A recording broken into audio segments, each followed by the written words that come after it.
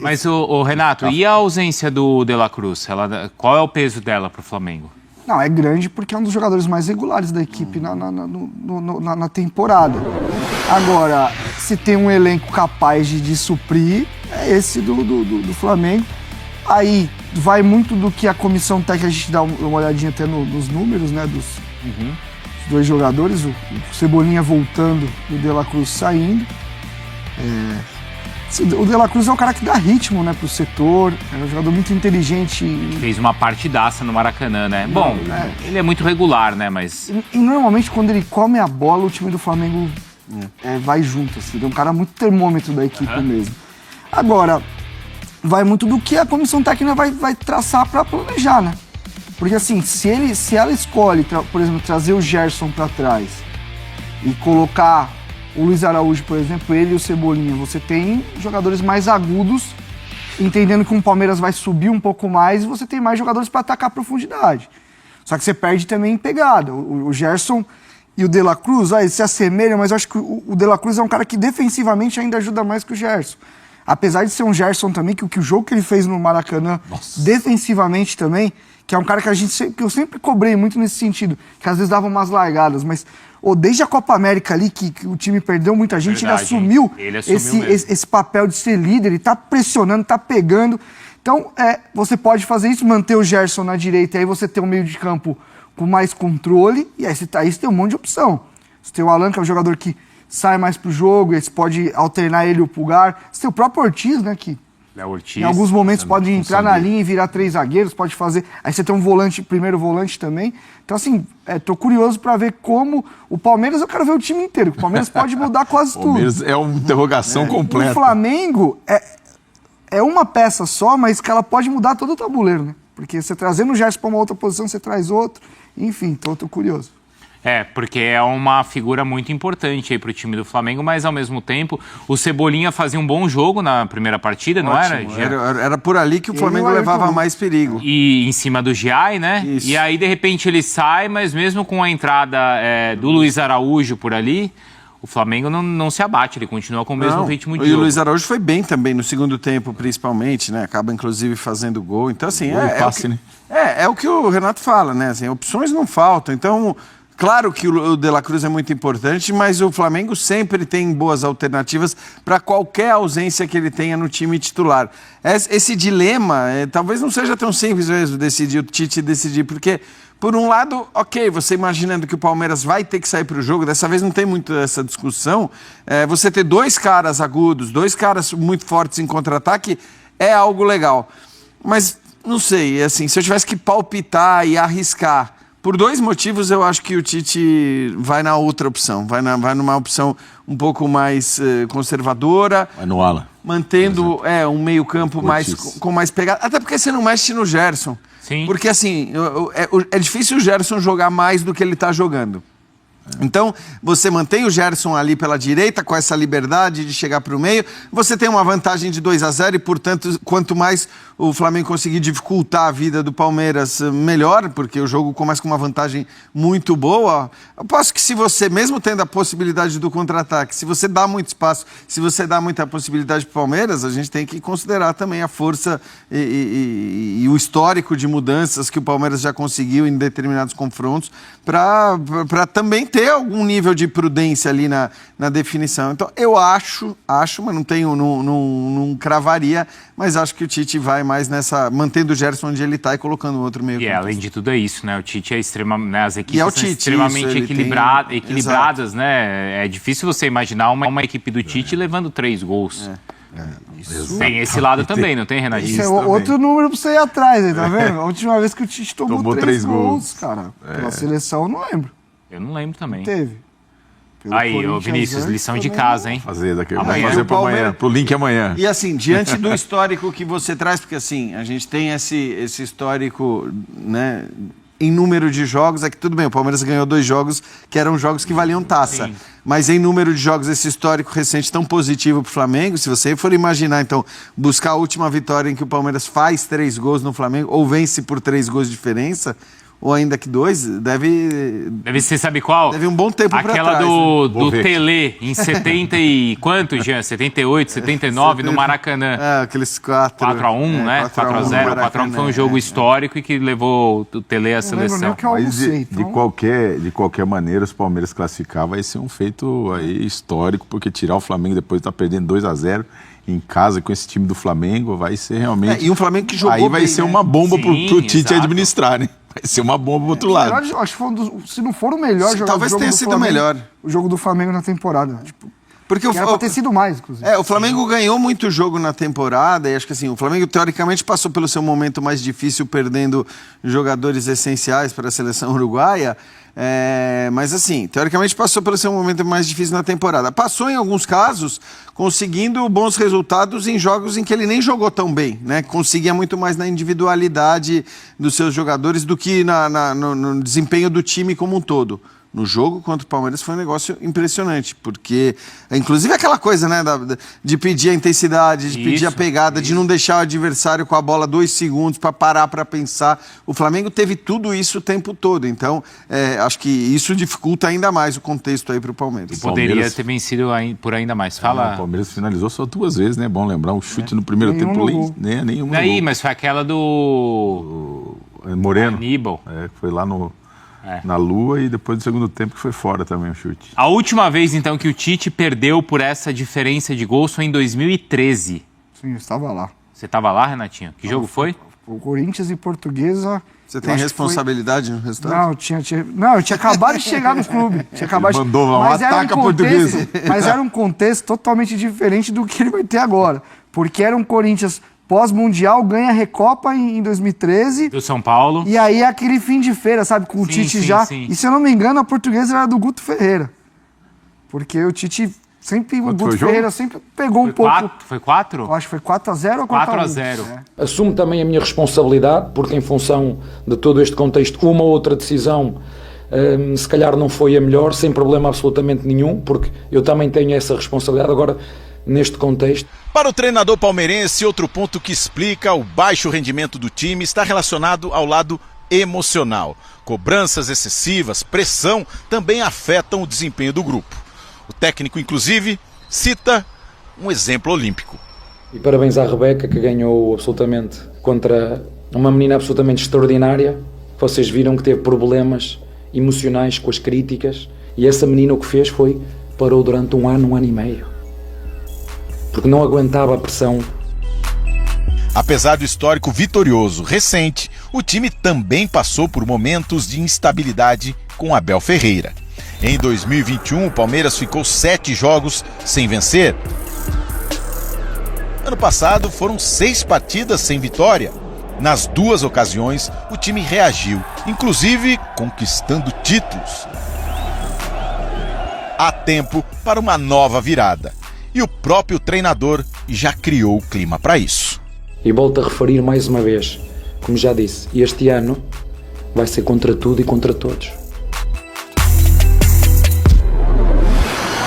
Na tela, esse momento é atípico do Palmeiras, 8% de aproveitamento nos últimos 4 jogos, nenhuma vitória, 1 empate e 3 derrotas. Então perdeu para o Fluminense, perdeu para o Vitória, perdeu para o Flamengo, perdeu para o Internacional, se a gente voltar um pouquinho mais aí alguns jogos, né, nesse recorte, perdeu para o Botafogo e teve aquela vitória contra o Cruzeiro. E o Vinícius Nicoletti, então, está aqui conosco para falar desse momento atípico, mas esse talvez clima já criado aí pelo Abel Ferreira para o jogo de amanhã, hein, Vinícius? Boa tarde. Boa tarde, Bruno. Um abraço, estar aqui com você, Jean, Renato. Pois é o clima que o Abel gosta, né? Que ele cria, chamando a torcida, inclusive no jogo contra o Internacional, ele falou, vamos ter o apoio do torcedor, aqueles que acreditam na equipe, mas é um jogo muito difícil de virar, a gente vai ver pelo histórico e também pela situação do Palmeiras, mas tem uma outra situação aí, essa classificação vale vaga ou as quartas de final e a tranquilidade para a sequência da temporada, ou vai ter que administrar uma crise para os dois lados. Para o Abel Ferreira, porque vai ser uma eliminação, se for da mesma maneira, com derrota ou empate, de repente jogando mal, vai ter que administrar isso, porque tem Libertadores logo, tem Flamengo final de semana pelo Campeonato Brasileiro, depois Libertadores, e o Flamengo, você imagina, tomar uma virada depois de abrir 2-0 no primeiro jogo. O Tite já não tem o mesmo prestígio dos rubro-negros, vai ter que dar muitas explicações. Então, é uma situação, um jogo tenso para os dois lados. O Palmeiras, a expectativa da volta do Estevão, mas a gente apurou ali que ele está voltando muito aos poucos, o Palmeiras tendo muito cuidado com esse retorno do Estevão para não acontecer o que aconteceu na partida contra o Vitória, quando ele voltou depois de uma semana e machucou novamente. Então, dificilmente, não vamos descartar 100%, mas dificilmente ele vai para o jogo dessa quarta-feira, talvez ali na Libertadores, no primeiro jogo contra o Botafogo, daqui uma semana. E as novidades, o Mike, né, que estava com dores musculares, pode jogar na lateral direita, e também o Flaco Lopes, que estava suspenso contra o Internacional. Então, e a grande dúvida aí, qual será a estratégia do Abel, que entrou com 3 zagueiros agora, entrou com um time defensivo não, mas um time mais reativo, esperando o Flamengo, com o Richard Rios do lado direito. Será que vem Mike, Marcos Rocha, como ele vai montar o ataque? São muitas dúvidas. Do lado do Flamengo, De La Cruz está fora, não foi relacionado. Essa notícia é de agora, né? O De La Cruz então fora. Não foi relacionado. Mas o Cebolinha foi. Cebolinha foi, De La Cruz com dores no joelho, também tem problemas no tendão de Aquiles. E aí o Cebolinha, que saiu machucado no intervalo do jogo, né? No final do primeiro tempo ainda, na primeira partida, está relacionado, dores musculares, recuperado, e pode ser um reforço aí para enfrentar o Palmeiras. E também fica essa dúvida, como é que o Tite vai amar o time sem o De La Cruz? Recua o Gerson, que está jogando demais, fazendo aquela função solto pelo lado direito. De volta também, né? Ou reforça o meio campo ali com o Alan, enfim. São muitas possibilidades aí nesse tabuleiro desse jogo. Começando pelo Palmeiras, a gente vai ver então um retrospecto do Palmeiras com e sem o Estevão, né? Porque de repente apareceu, né, ainda em jogo de Libertadores, quando ele se torna ali titular, e de repente tem sido o destaque do time. Então olha só, joga contra o Flamengo nessa temporada com e sem o atacante. Então com quase 70% de aproveitamento. Até que sem o atacante o aproveitamento nem cai tanto, mas 60%. Gols marcados a média de 1.6 e 1.2, e as finalizações por jogo, esse número também cai. Palmeiras tem sentido falta desse jogador, Jean? Sem dúvida, Bruno. Eu acho até que talvez mais falta do que esses números indicam, né? Como você falou, a diferença é pequena aí. Mas a verdade é que o Estevão era, com alguma margem, o principal destaque do time ofensivamente falando nas partidas em que estava atuando. Então, é óbvio que a ausência dele é muito sentida. A situação do Palmeiras é muito complicada e acho que talvez, na cabeça de muita gente, passasse muito pela volta do Estevão para ter essa esperança um pouco maior de conseguir reverter o resultado contra um Flamengo que, é bom que se diga, jogou muito bem contra o Palmeiras, né? Então, é óbvio que houve muita crítica em relação à postura do Palmeiras, ao não querer ou não conseguir nem mesmo contra-atacar, mas aí a gente tem que lembrar um pouco do histórico do Abel nesses confrontos de mata-mata contra elencos mais capazes. É sempre assim. Você pode... Eu discordo de quem diz que o Abel é o cara que só joga na retranca, né? Não é verdade, basta olhar os números, as campanhas nos campeonatos, mas ele tem uma coisa, em mata-mata, contra elenco mais poderoso, e certamente o elenco do Flamengo é mais poderoso do que o do Palmeiras, ele costuma ter essa postura. A gente vai lembrar principalmente nas primeiras partidas. Exato. Acho que até aquele jogo contra o Atlético no Allianz, né, pela Libertadores, em que ele estava jogando muito com o regulamento, né, dizendo, bom, se empatar por 0-0 em casa, tem 1-1 ou 2-2 fora que acaba classificando. E foi até o que aconteceu. Mas enfim, agora não vai poder ser assim. Agora o Palmeiras vai ter que sair para o jogo, vai ter que atacar, vai ter que deixar espaço para um Flamengo que tem jogadores muito bons para contra-atacar. Então é claro que é uma situação bastante complicada. A ausência do Estevão complica ainda mais uma situação que já não é nada simples. É curioso que no ano passado, quando o Palmeiras sofreu aquela sequência... Na verdade, no ano passado, quando ele perde o Dudu, o Palmeiras sofre uma sequência de jogos ali sem vitórias, né? Isso causa até a eliminação do time, não é, Vinícius? Na Libertadores demora para o Abel encontrar uma nova equipe.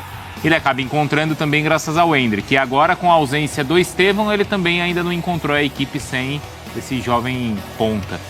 Que vai além também, né, Bruno? Você perdeu o Estevão e vamos dizer assim, as soluções são jogadores recém-chegados também. De características diferentes. De características diferentes. A questão é que no Estevão você não vai achar. Que é um jogador que ele consegue equilibrar as duas coisas. Ele é muito capaz de criar situações e concluir situações. É um jogador assim que a gente tem falado aqui muitas vezes que é para ser um nível bem alto assim que ele vai atingir. Mas Eu tenho falado muito sobre isso. Uma equipe de futebol, ela não é linear, cara. Ainda mais se a gente olhar para 4 anos de um trabalho. É verdade. E 80 jogos por ano. É isso. Assim, é muito... De verdade, eu fico vendo o nível que essa crise que o Palmeiras, eu coloco entre aspas, porque para mim não tem crise. Eu acho que o próprio palmeirense está criando uma crise onde não tem... Não é nem o palmeirense, né? O pessoal que invadiu ali, é um outro na internet. Não dá para colocar todo mundo no mesmo balaio. Mas assim, essa comissão técnica já deixou muito claro que ela tem a capacidade sim de achar de novo. Vai ser agora contra o Flamengo? Não sei, mas o Palmeiras ainda vai ter 2 campeonatos para jogar no ano. A temporada passada mesmo, o sentimento era de ter arrasada. O Palmeiras termina o campeonato. Se tem um clube hoje que está ajustado a ponto de conseguir achar, é o Palmeiras. Realmente eu não consegui entender toda essa gritaria, toda essa loucura. Acho que o Abel vai vir com novidades sim para esse jogo. Acho que ele vai tentar de alguma forma trazer algum fato novo, seja, ele já retornou a questão dos 3 zagueiros contra o Inter. Esse fato novo para você é no discurso que já começou ou é na equipe? O discurso ele já está buscando a mobilização. Tá. E eu acho que ele está corretamente, trazer a torcida. Você tem que vir para um discurso, sim. E mas o discurso não é exatamente novo também, né? Vamos falar a verdade. Sim. Acho que não é nem que a gente concorde com o que ele está falando, mas a gente entende aonde ele quer chegar. Então, eu estou muito curioso como que ele vai vir para esse jogo, primeiro com relação à escalação. Se ele volta para uma situação de 2 laterais, que a gente até já falou aqui, tendo o Mike, ele pode ter Marcos Rocha e Mike, o Mike sendo ponta. É verdade. Ele ter utilizado muito o Dudu para abrir o campo pelo lado direito. O Mike, vamos dizer assim, é um jogador com mais característica para isso. Achei que ele ia fazer isso no primeiro jogo. Eu também achei. Eu apostaria isso aí. E aí ele colocou o Rios... A gente conversou antes do jogo, né? E imaginava isso, E aí ele colocou o Rios, que deu 2 largadas. É verdade. Aí é uma coisa aqui também. O Abel... o que o Rios fez no primeiro jogo, de verdade, cara. O cara passou e ele falou... Não. Aliás, já tinha feito contra o Vitória e o Abel reclamou. O Rios, ele voltou da Copa América, o jogador que ele era quando ele chegou no Palmeiras. Que é característica de jogador colombiano. Quando você fala com scout, jogador que busca jogadores na América do Sul, existe esse preconceito com o colombiano. Que eles trotam, que sem bola eles não são caras agressivos. O Rios, ele virou outro jogador com essa comissão técnica. Só que eu acho que ele voltou e o Abel fala sobre isso, né? Jogadores com propósito e tal, como isso pode estar mexendo. Eu tenho certeza que ele tá falando do Rios. Porque a largada que o Rios dá no jogo é assim... Não pode, isso tem nada a ver com o Abel. Não surpreenderia ele não estar no time, né? Agora, se não tiver o Zé Rafael... Então, exatamente, o problema é que perdeu o Zé, então acho pouco provável até que não esteja. Tudo bem, ele pode até pôr o Gabriel Menino, né, que tem sido uma opção muito constante dele, mas... Que ele também já criticou. E acho que é compreensível pela postura, né? Essa questão da postura também...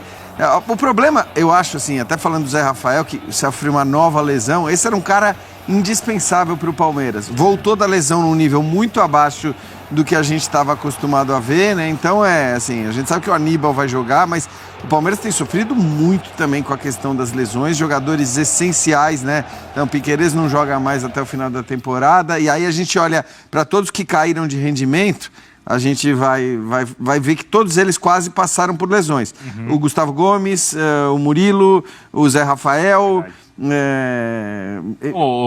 os laterais, né? O Mike. Então, assim, é muito jogador que... O Dudu, até evidentemente... O Marcos Rocha, né? O Dudu, é verdade. O Abel falou um pouco disso, né? Na última entrevista. O Estevão agora está fora. Então, assim, é realmente uma situação complicada porque ele não tem nenhum dos seus principais jogadores no auge, né? Vivendo o seu melhor momento, seja ele físico, seja ele técnico. Agora, Vinícius, o De La Cruz, então, ele não vem para São Paulo, é isso?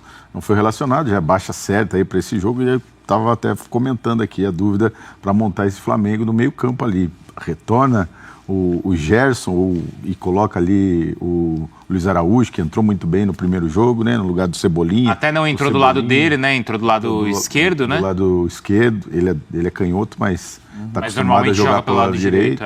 Então, essa a dúvida no Flamengo aí, já que tem o Cebolinha à disposição, né? Vamos ver como é que ele vai amar esse meio campo, um time mais contido ali no meio campo, ou com o Gerson, que está jogando muito na função ali pelo lado direito. Uma curiosidade, Bruno, a gente falava aqui da história, né? O Palmeiras está 7 jogos sem vencer o Flamengo no Allianz Parque, desde 2017, a última vitória em 2017. Nesse período aí, nesses 7 jogos... 5 empates e 2 derrotas. O Abel Ferreira nunca conseguiu vencer o Flamengo no Allianz Parque. Olha só. 4 jogos, uma derrota e 3 empates. Ele só venceu em Montevidéu e em Brasília. Só em Montevidéu e Brasília. Porque no Maracanã ele também não ganhou. É verdade. Só em Montevidéu e Brasília, só 2 vitórias. Inclusive. Ah, lá. Pronto. E aí, uma curiosidade, eu estava levantando os números, o Palmeiras não adianta só vencer, né? Precisa vencer por 2 gols para levar a decisão para os pênaltis e 3 para se classificar direto. E aí, uma vitória por 3 gols de diferença desde 1962, na época da academia. Você vê como é difícil. 62? 62. Eu não era nem nascido. Pois é. Você não vai nem acreditar, mas eu não era nem nascido, Vinícius. Será? Nem o Jean era nascido. Mas isso Nem em São eu. Paulo. Eu não entendi porque eu nem, tá? Você é o veterano aqui da... Isso é em São Paulo. Hã? Isso é em São Paulo. Em São Paulo. 3 gols de diferença desde 1962 em casa. Mas é muito significativo para um confronto como esse, 2 times grandes como esse, conseguir uma goleada por 3 gols. Eu não desacredito. Pode. Eu não desacredito. Mesmo Mas assim, Renatinho? Isso mostra só que seria um feito, né? O feito histórico aí, tirar o Flamengo depois de... Cícero Melo já conosco? Tá, o Cícero Melo, então, vai trazer as informações do Flamengo, mas ele também hoje, junto com muitos rubro-negros, todos deram um abraço carinhoso na despedida de uma das grandes estrelas da história do Flamengo, o Adílio.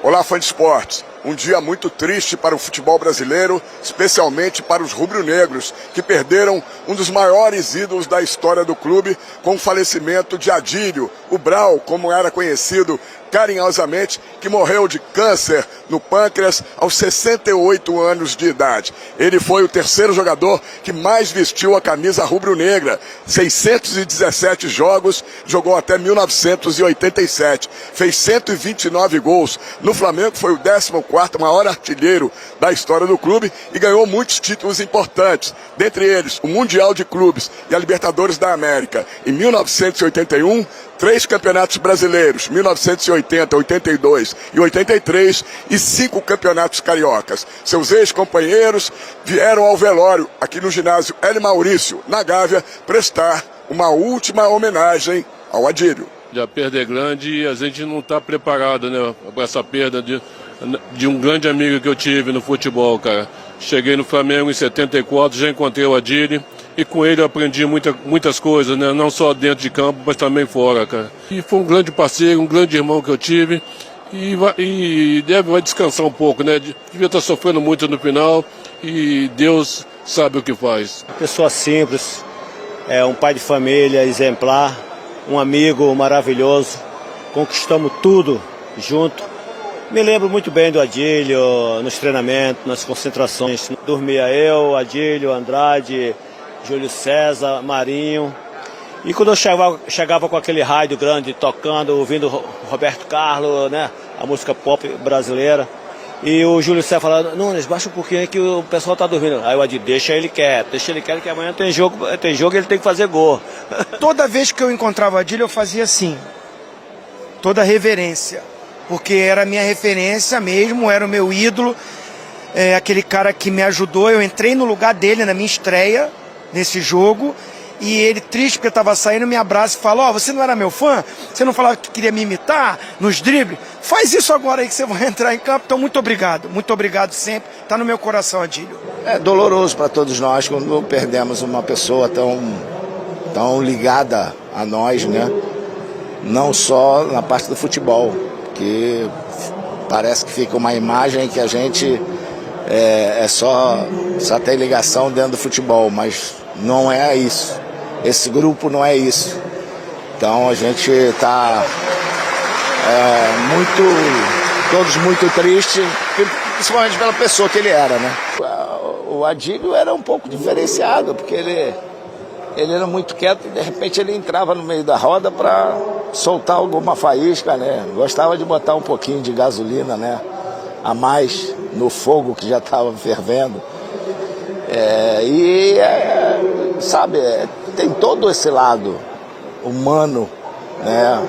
A gente sabe da vida dele, como é que foi, como é que ele conseguiu chegar aqui como atleta, as dificuldades que teve dentro de casa, quer dizer, ele foi pai, mãe de irmãos, quer dizer, é um negócio que nos encantava também, né? E o futebol, então, nem se fala, né? Eu me dei bem com ele porque ele me deixava na cara do gol toda hora, né? Meu amigo, onde você estiver, a gente vai estar sempre junto. Vamos estar junto, com certeza, tá legal? E vamos continuar aquela parceria de sempre, tanto dentro de campo como fora também. Ele está vivo. Ele está vivo. Aqui, lá em cima, aqui embaixo, em todas as partes. Porque ele é o Adílio. O corpo de Adílio foi enterrado à tarde no cemitério São João Batista, em Botafogo. E uma homenagem que vai ser feita antes do jogo e durante o jogo contra o Palmeiras, nesta quarta-feira pela Copa do Brasil, no Allianz Parque, em São Paulo. O meio-campista Gerson, que joga com o mesmo número que Adílio jogou a carreira inteira, o número 8, vai jogar na camisa com o nome de Adílio. Fala, nação rubro-negra, meus queridos e minhas queridas. O Flamengo já se encontra lá em São Paulo, né, onde amanhã enfrentam aí o Palmeiras pelo jogo de volta da Copa do Brasil, né? Jogo importantíssimo, jogo das oitavas de final. O Flamengo tem a vantagem aí, pode perder por um gol de diferença. Já falei no outro vídeo, mas não podemos nos agarrar a isso, né? Espero que o Flamengo entre em campo com muita vontade de vencer, com muita garra, com muita gana e que traga um resultado positivo. Tite poupou jogadores contra o São Paulo visando esse jogo. E eu espero que dê resultado, porque será complicado o Flamengo não conseguir um bom resultado, né? Então agora falar aqui sobre esse jogo de amanhã, né? O elenco do Flamengo terá pátio na camisa em homenagem a Adílio contra o Palmeiras. Adílio que faleceu na última segunda-feira, dia 5, após luta contra o câncer. Um dos maiores ídolos da história do Flamengo, Adílio será homenageado com a pátio na camisa rubro-negra em partida contra o Palmeiras nesta quarta-feira, dia 7, mais conhecido como amanhã. O eterno camisa 8 será lembrado com um desenho do rosto do ex-meia e o número na qual marcou o nome com o manto sagrado rubro-negro. E não fica só por aí não, meus queridos. Ídolos do Flamengo organizam homenagem a Adílio no Maracanã. Abre aspas aqui, ó. Os próprios jogadores que atuaram com ele conversaram comigo e falaram que estão pensando em ir para o campo e fazer uma despedida para ele no Maracanã. A ideia é que estavam aí conversando entre eles vai ser mais do que bem-vinda, disse Landim na Gávea durante a despedida de Adílio. Ou seja, os jogadores conversaram com Rodolfo Landim e decidiram aí prestar uma homenagem a Adílio no Maracanã, né? Será uma linda homenagem, uma merecida homenagem ao eterno Brau, né? Galera, fico por aqui, voltando a qualquer momento com mais informações sobre o rubro-negro mais querido e mais amado do Brasil e do mundo, o Clube de Regatas do Flamengo. Saudações!